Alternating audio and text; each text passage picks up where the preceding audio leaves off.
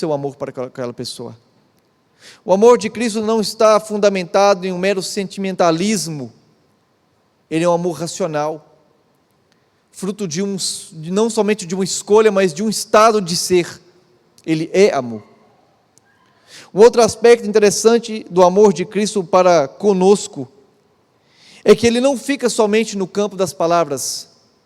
Jesus não simplesmente se declara à humanidade através de uma linda poesia, de um lindo louvor, ou quem sabe, de um buquê de flores, como se faz muito. O amor de Cristo, ele é demonstrado através de ações, e em especial a principal de todas as ações, a cruz. É interessante destacar que a maior expressão de amor que existe está ligado à palavra sacrifício. Abrir mão do próprio bem-estar e ir além, abrir mão da própria vida, para que aquele que crê possa, de fato, ter a oportunidade de viver. O amor está ligado, sim, ao sacrifício do próprio eu, para fazer aquilo que deve ser feito. Cristo abdicou de sua própria vontade, de seu próprio ser, da sua própria vida, para que então nós possamos ter a oportunidade de desfrutar novamente da vida eterna. Isso é amor, não meramente um sentimento, uma escolha, demonstrada através de ações, e lógico, sem nenhum tipo de interesse em receber algo em troca, porque de fato, Jesus não tinha interesse em receber nada em troca, no sentido de ter morrido por nós. Afinal de contas, o que Jesus tem que nós poderíamos dar? Ele é Deus, se é Deus, Ele já é tudo, Ele tem tudo. Não há nada que eu possa dar a Ele. Ao demonstrar o seu amor por nós na cruz, Jesus não fez isso porque Ele tinha algum interesse em relação à nossa pessoa. Ele não pensou numa espécie de troca, não, eu preciso amá-los, eu vou amar, mas eu espero que eles me deem algo em troca. Ele simplesmente ama. É claro que agora nós, impressionados por essa atitude, em sã consciência, espiritualmente falando inclusive, nós vamos demonstrar, claro, a Ele reverência, respeito, temor, obediência. E vamos demonstrar isso através dos nossos atos também de amor. Mas Cristo não fez o que fez porque lhe faltava algo, porque havia algum interesse em nós. O único interesse era, de fato, nos ver salvos. Assim nós já entendemos como devemos amar o nosso próximo, Não meramente um sentimento, uma escolha, não simplesmente palavras, ações, não baseado em interesses. Vou amá-lo. Se ele me amar de volta, continuo amando. Se ele não me amar de volta, deixo de amá-lo. Não é assim que, de fato, se pratica o verdadeiro amor. Portanto, o primeiro aspecto, o primeiro princípio latente, verdadeiro, que nós encontramos nesse pequeno verso, é o fato de que o que motivou tudo, e ainda motiva, inclusive, a volta de Cristo, é o amor de Deus, o Pai, o amor de Cristo por nós. Mas aqui é feita uma exigência também, e é o segundo aspecto que eu quero destacar. É dito na segunda parte do verso, para que todo aquele que nele crê não pereça, mas tenha a vida eterna. É dito aqui então, para que nós possamos desfrutar dessa ação de amor, o sacrifício de Cristo, nós precisamos crer. E é interessante que o Dr. Luiz Nunes, um dos nossos pastores, que foi evangelista, teólogo, que inclusive faleceu há uns 2 anos atrás, foi professor no seminário lá onde eu estudei, ele disse que a fé, ela tem de certa forma 3 aspectos. O primeiro é crer. Você precisa crer. Crer em algo que talvez você não presenciou com seus olhos, algo que já aconteceu, ou crer em algo que ainda vai acontecer, mas você ainda acredita. O problema é que esse primeiro aspecto da fé, até o diabo crê. Ele acredita, ele sabe. E talvez ele crê até mais do que muitos de nós que estamos aqui hoje. O segundo aspecto dessa fé é confiar. Eu creio e eu confio nessa crença, nessa doutrina, nesse sacrifício, na volta de Cristo. Eu confio que vai acontecer. Mas crer e confiar não é ainda o suficiente. É preciso avançarmos o terceiro estágio da fé, que é o confiar-se, no sentido de você confiar com a sua própria vida. colocar-se, de fato, à disposição, se preciso for, morrer pelaquilo que você crê. Eu me lembro, por exemplo, do movimento dos anabatistas. Ali durante o período da Reforma Protestante, movimentado ali por Lutero, por Calvino, Zwinglio, surge também um movimento ali naquelas terras que foi denominada posteriormente, foi denominado naquele momento de os anabatistas, que dariam, origem futuramente aos batistas que nós conhecemos hoje. E que, consequentemente, também, por terem resgatado algumas verdades bíblicas, também influenciou e contribuiu aí para o movimento do Advento. Os anabatistas, eles, naquele movimento de resgatar verdades que haviam sido perdidas, eles estavam resgatando a verdade sobre o batismo. Eles entenderam que o batismo deveria ser praticado em adultos, e posteriormente entenderam que o batismo não deveria ser simplesmente por aspersão, jogando um pouco de água, mas sim por imersão, que é exatamente o batismo que nós praticamos hoje. Foram os anabatistas que iniciaram esse movimento. Eles receberam o nome de anabatistas de uma forma crítica, porque a palavra anabatista significa contra o batismo. Eles caracterizaram eles por serem contra o batismo que era praticado na época, que era, na visão da maioria, visto como batismo verdadeiro, que era o batismo de criança e por aspersão. Esses componentes desse movimento já haviam recebido esse batismo. E quando eles então entenderam que deveriam passar pelo novo batismo, foram duramente criticados, chamados de anabatistas. Inclusive foi instituído naquela época o chamado terceiro batismo, que mais uma vez, de forma irônica, promovia a perseguição e a morte por afogamento desses reformadores. A ironia era: existe o primeiro e único batismo, existe o segundo batismo, que é o herege, que vocês inventaram, e o terceiro batismo é que a gente vai pegar você e vai matar vocês afogados por estarem propagando essa mentira. Eles perseveraram. Mas interessante que houve um homem ali, que um dos principais que iniciaram esse movimento, que resgataram essa verdade, ele inicia essa verdade, esse resgate a essa verdade, e o movimento começa a crescer. Há ali então pessoas que saem tanto do movimento católico da época, como também das outras igrejas reformadas, para se juntar aos anabatistas. Esse homem que iniciou esse processo era chamado de Thomas Miser. Ele inicia esse processo, várias pessoas se unem a ele. O problema é que a perseguição se acendeu contra eles. Thomas Miser, ele acreditava, ele tinha fé naquela doutrina restaurada, naquela doutrina bíblica.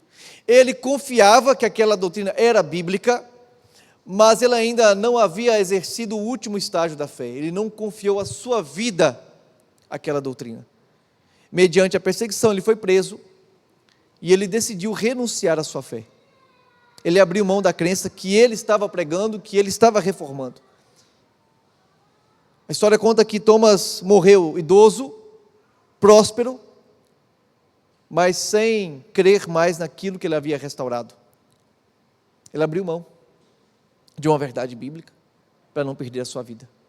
Ele não havia acreditado ao ponto de entregar a sua vida àquela verdade. Outros tantos morreram, mas creram e seguiram firmes, e essa doutrina de fato permaneceu, porque era bíblica, era um movimento divino, e hoje nós temos essa doutrina reformada aí, graças a homens e mulheres que morreram no passado. Mas o que me chama a atenção é exatamente isso: um homem que estudava a Bíblia, que entendeu uma verdade necessária a ser restaurada, que tinha fé, que acreditava, mas não ao ponto de abrir mão da sua própria vida. Será que hoje também não corremos o mesmo risco? Será que, apesar de estarmos aqui, de sermos pessoas que estudam a Bíblia, pessoas que temos fé, que acreditam, mas será que realmente estamos dispostos a acreditar ao ponto de abrirmos as nossas vidas, mão das nossas vidas? Se houvesse uma certa perseguição em relação a nossa pessoa, por causa de uma crença, de uma doutrina que nós seguimos, qual seria o nosso comportamento? Estaríamos dispostos a ir até a última consequência? Ou abriríamos mão para permanecermos vivos e talvez ali mantermos o nosso bem-estar, o nosso conforto, o nosso status social? Felizmente, há muitos que abrem mão da verdade bíblica por muito menos. Ameaça de perder o emprego, pressão da família ou de amigos, e assim por diante. É algo para nós nos refletirmos em relação a isso. É dito aqui também um terceiro aspecto, é o fato que é destacado aqui, a consequência. Aquele que compreende o amor de Deus e cumpre a exigência que é crer pela fé, ele recebe a suprema consequência, que é a vida eterna, como o texto diz, para que tenhamos a vida eterna. Nós sabemos que desde o princípio, a vontade de Deus era essa, e é essa, que a humanidade desfrutasse da vida eterna. Deus criou o jardim do Éden, deu ali de toda árvore para que o homem e a mulher comessem, Adão e Eva. Havia duas árvores especiais, nós sabemos. A primeira, a árvore da vida, cujos frutos e folhas dariam a eternidade ao primeiro casal, mas para que eles pudessem ter acesso sempre a esta árvore especial, a árvore da eternidade, eles deveriam não comer da segunda árvore, que era do conhecimento do bem e do mal. Ao desobedecer a Deus, comeram do fruto, foram expulsos, não poderiam mais acessar o jardim do Éden, portanto, perderam acesso à árvore da vida, portanto, perderam o acesso à eternidade. Mas a promessa diz que lá em Apocalipse, que aqueles que lavaram as suas vestiduras no sangue do Cordeiro, que não vão passar pela segunda morte, eles novamente terão acesso à árvore da vida, cujos frutos e folhas dão eternidade à humanidade. Esta é e sempre foi a vontade de Deus, e não é à toa que mesmo nesse mundo caído, mesmo não podendo ter acesso à árvore da vida, mesmo estando condenados e sabendo que a morte faz parte do nosso dia a dia, ainda assim somos incapazes de nos acostumar tanto com a morte, como também com a ausência da eternidade. É interessante como nós vemos que pessoas bem-sucedidas financeiramente, que têm um bom status, que têm sucesso, que conseguiram tudo o que o mundo poderia oferecer, que não há falta de nada, pelo menos no sentido físico, saúde, no sentido financeiro, mas ainda sente um grande vazio em seu coração, porque não tem o principal, que é Deus. Claro que não que a riqueza seja um problema, a riqueza na mão daquele que de fato é de Cristo, por mais que ele tenha riqueza e possa desfrutar dela, ele sabe que a sua fé e esperança não está naquilo que ele tem, está no Cristo que ele serve. O problema é quando se tem a riqueza sem Deus, é quando a riqueza assumiu o lugar de Deus na vida da pessoa. Ela tem tudo, mas não tem nada. Ela não sente paz, ela não está bem consigo mesmo, nem com o outro, nem com a sociedade, vive com saudade de não sei o quê, porque ainda lhe falta o senso da eternidade, a compreensão, ainda lhe falta Cristo. Assim como também nós não conseguimos nos acostumar com a morte, apesar de ser uma realidade latente em nossos dias, vemos e ouvimos constantemente relatos de pessoas que morreram, sabemos que essa é uma verdade absoluta, que todos passaremos por ela, é uma realidade, mas ainda assim não somos incapazes de nos acostumar com ela.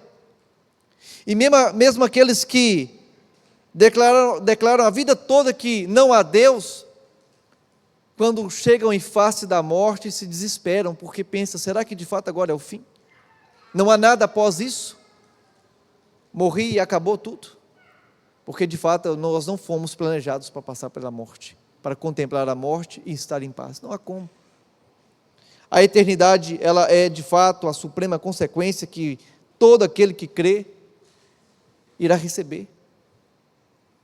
É a consequência do amor de Deus, é a consequência do nosso ato de crer.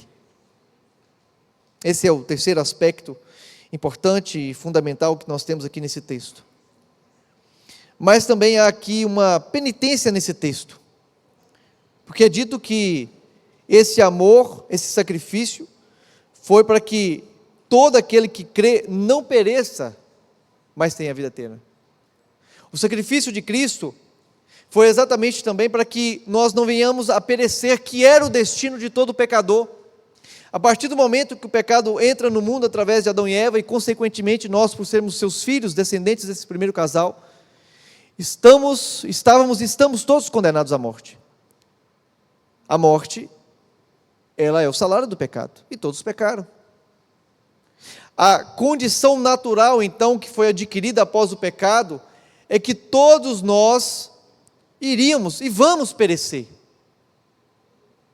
É uma consequência natural a partir da existência do pecado. Mas esse ato de perecer, ele é muito mais profundo do que simplesmente a morte. O ato de perecer não é somente em relação àqueles que estão lá fora, distantes de Cristo, que de fato abriram mão da sua crença, da fé em Jesus, e não querem ter um relacionamento com Deus. Quando nós pensamos em perecer, não é em relação somente a esses que estão distantes de Cristo, mas fala-se também daquele que está perecendo dentro da igreja. Aquele, como o texto já disse, no início, aquele que até crê, mas ainda não crê o suficiente para entregar a sua vida. Aquele que está perdido dentro da casa do Pai. Aquele que às vezes está perdido e não sabe que está perdido. Ou está perdido, está até consciente daquilo, mas ainda não teve forças o suficientemente para sair da sua condição. Estar diante da casa do Pai, dentro da casa do Pai, estar diante de Deus, ter conhecimento da Bíblia, só aumenta a nossa responsabilidade. É diferente alguém que está lá fora, no mundo, está perecendo, mas porque ainda não teve, talvez, pleno conhecimento da verdade. É diferente daquele que está aqui dentro, já tem pleno conhecimento da verdade, mas está se envolvendo com o pecado. Tem um pecado acariciado, talvez a tal ponto de que nem mais consegue reconhecer aquele seu ato como pecado. E essa é a parte mais grave. Se alguém pratica algo que claramente é dito na Bíblia que é pecado, mas ele já está tão insensível à voz do Espírito Santo, que em sua vida cotidiana ele não mais reconhece aquilo como pecado, se ele não reconhece como pecado, ele não se arrepende, se ele não se arrepende, ele não pede perdão. Se ele não pede perdão, ele não é perdoado. Se ele não é perdoado, aquela dívida consta contra esse cristão e vai levar ele sim à perdição. Ele está perecendo dentro da igreja. Ele está perecendo dentro da igreja. É muito fácil olharmos para aqueles que estão lá fora, envolvidos com as drogas, aqueles que estão envolvidos com as festas do mundo, com as bebedices, com os piores pecados que existem, traficantes, criminosos, e dizer, esses estão perecendo. Cristo morreu por eles também, mas estão longe de Cristo. Mas esquecemos que muitas vezes nós também poderemos estar incluídos entre esses. Por estarmos, apesar de estarmos dentro da igreja, estarmos vivendo um cristianismo morto, supérfluo, superficial. Um cristianismo que não tem raízes, que ao sinal da primeira ventania é arrancado, como a árvore que não tem raiz é arrancada diante de uma tempestade.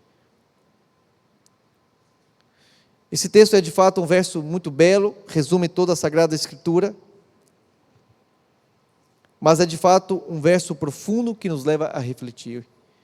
O amor levou à ação do sacrifício, e todo aquele que crê nesse sacrifício, é-lhe preparado, é-lhe reservado a vida eterna, mas deve ser de fato uma crença, uma fé, que devemos confiar ao ponto de colocarmos a nossa vida em jogo. Mas muitas vezes, mesmo tendo conhecimento desse amor, desse sacrifício, dessa crença, devido a um comportamento que está longe ou que ainda não está adequado à vontade de Cristo, estamos perecendo. E isso é algo que deve ser feito de forma individual. É muito fácil analisarmos a vida do nosso próximo, mas muitas vezes perdemos muito tempo analisando a vida do nosso próximo e nos esquecemos de olhar para nossas próprias vidas, para os nossos próprios pecados, para nossas próprias falhas e defeitos.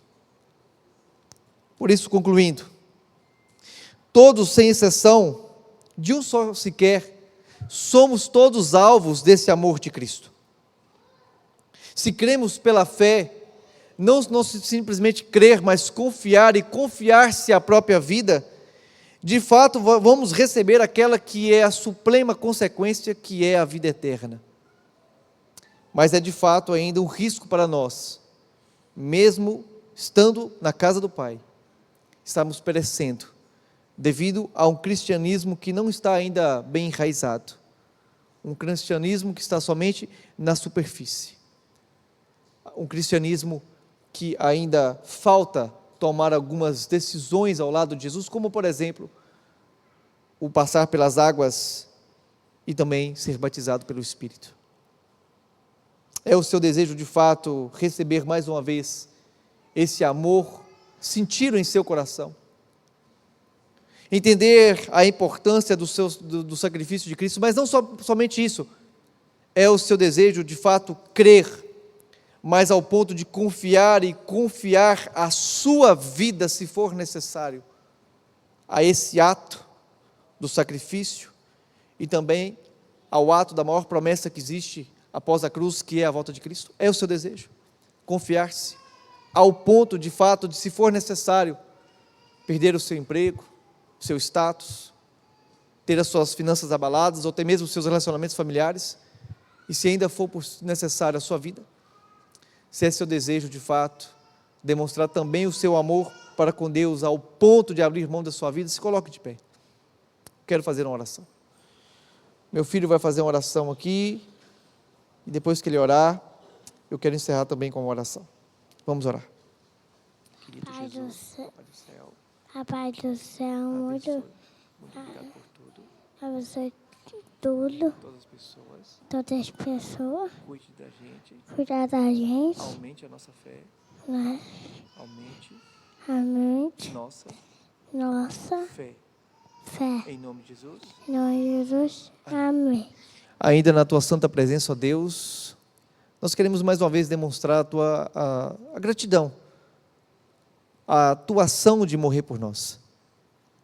Nós não estamos aqui, ó Deus, simplesmente por estarmos, porque estamos aqui simplesmente porque é uma ação da nossa cultura. Nós estamos aqui reunidos como um só corpo, ó Deus, porque reconhecemos o teu sacrifício, o teu ato de salvífico na cruz do Calvário. Mas não somente isso, ó Deus, nós estamos aqui porque reconhecemos o teu amor para conosco, um amor que foi demonstrado através da atitude, uma atitude de sacrifício na cruz do Calvário. Estamos aqui, ó Deus, porque de fato cremos ao ponto, ó Deus, de, se for necessário, entregarmos a nossa vida, pelo menos esse é o nosso desejo, para que de fato um dia possamos, pelo seu mérito, desfrutarmos da vida eterna, qual é a nossa maior promessa. Estamos aqui, ó Deus, hoje mais uma vez, para que possamos sair daqui alimentados e fortalecidos, para que a nossa fé seja de fato transformada em uma fé inabalável, para que mediante a todos os problemas que temos passado, ou talvez ainda iremos enfrentar essa semana, que possamos permanecer firmes ao teu lado, mesmo quando as coisas se complicarem a tal ponto que, humanamente falando, não venhamos a enxergar a solução, que possamos seguir com fé e confiantes em Jesus Cristo e em seu sacrifício. Abençoe, Deus, a cada família aqui representada, que ao sairmos, possamos ser fortalecidos e fortificados por Ti. Tudo isso pedimos, desde já agradecidos em nome de Jesus. Amém.